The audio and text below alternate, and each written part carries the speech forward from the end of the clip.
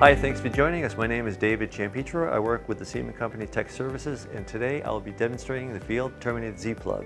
Let's get started.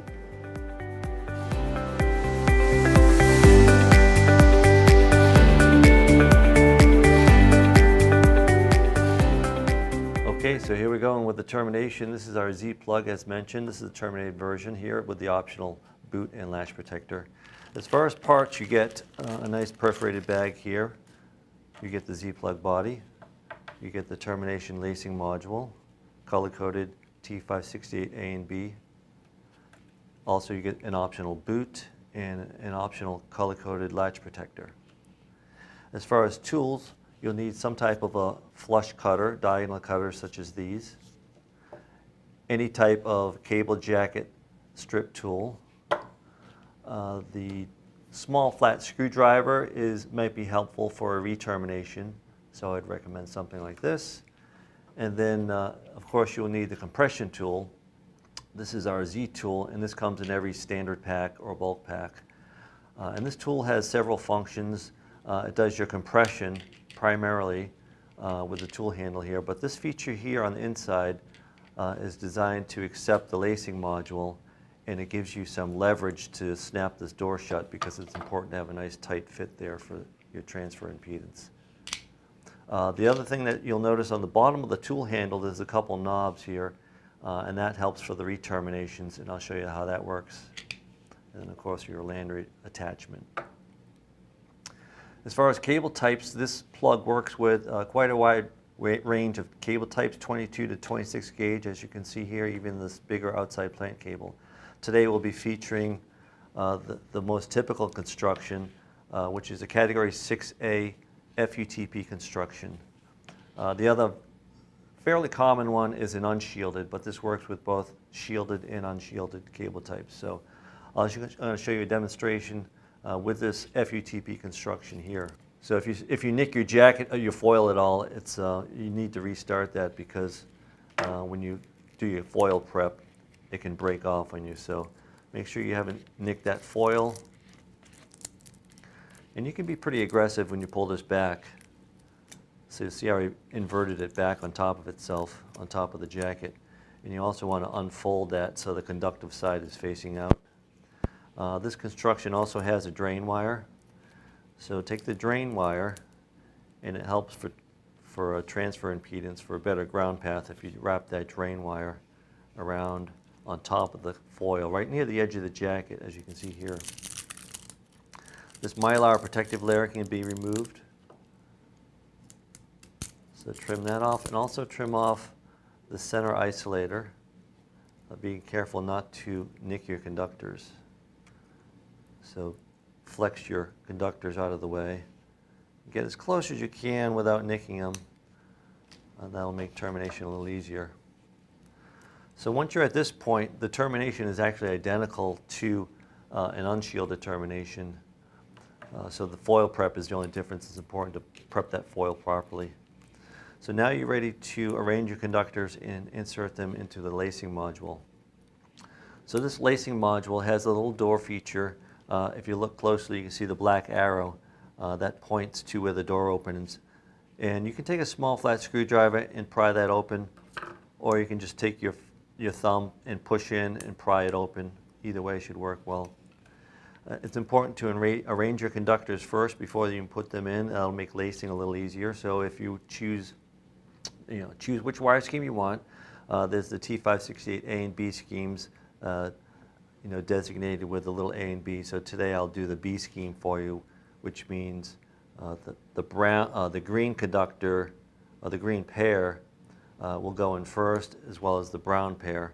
So that does help to put those in first. So if I arrange it accordingly with brown and green first, and then the orange and blue, and it helps to arrange it kind of in a flat pattern like this, so it fits into that doorway easier like this. So get those started, and then push this up as far as it will go, because it's important to have that drain wire and the foil making contact to the ground clips on either side of this. So in other words, don't leave it sticking out here. Press that all the way up, and then get this door started. Now, you probably will not be able to use your fingers to close this. It's designed to be a tight fit for your ground path. So get it started as far as you can, and that's where this feature of the tool comes in handy. So if you look at the bottom of the lacing module, opposite the door side, it's the same shape as this feature inside the tool. So you want to place that in, kind of like a puzzle piece. Just make sure it's inserted all the way up, seated nicely, and then you can start this door handle closure. So once you have that set in there like this, hopefully you can see that, you can use this tool handle for leverage to snap that door shut. So you can see that the door is closed now, and now you're free to lace this into place. And you just, again, following the color code, so blue and brown on this side.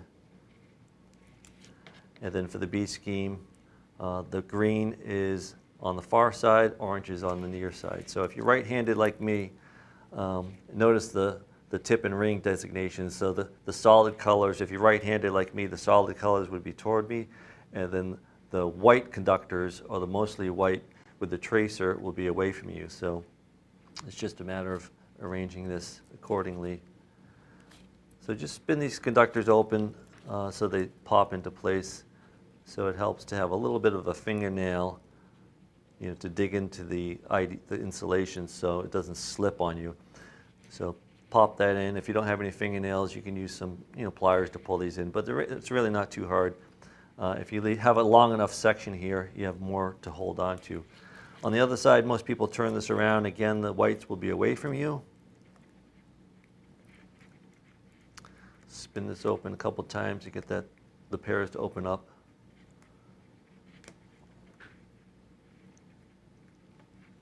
And then you're ready to trim this. So once you get these in, make sure the conductors are not, are below flush. Take your diagonal cutters, trim these flush. And at this point, you can cut off your excess foil as well. Just nip the edge of that and peel it off. And now you're ready to insert this into the plug body. So notice this is keyed, so it only goes in smoothly in one direction, but it's best to remember the side of the plug body with the two cutouts, as you can see here. That's the only side with two cutouts. There's one cutout on the back. Those larger cutouts are to capture the boot. The smaller cutout captures the latch on the blue and brown side of the lacing module. So that's how you arrange this. And you can see it goes in pretty smoothly that way. If you tried to put it in the wrong way, it's not going to fit right.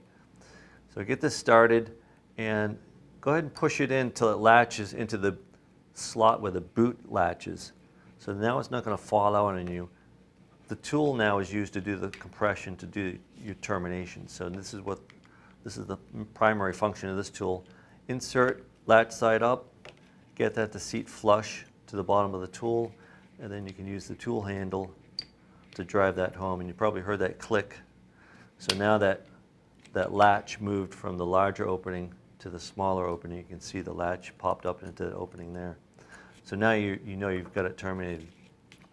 So if you did want to use the optional boot, you would have obviously installed that first. I'll cheat and I'll put it on the back side. So it is optional. Some people don't use this if they're putting the plug into a smaller device, but just flex your cable a little bit just to get the latch, give the latch a little bit more room to work its way in there.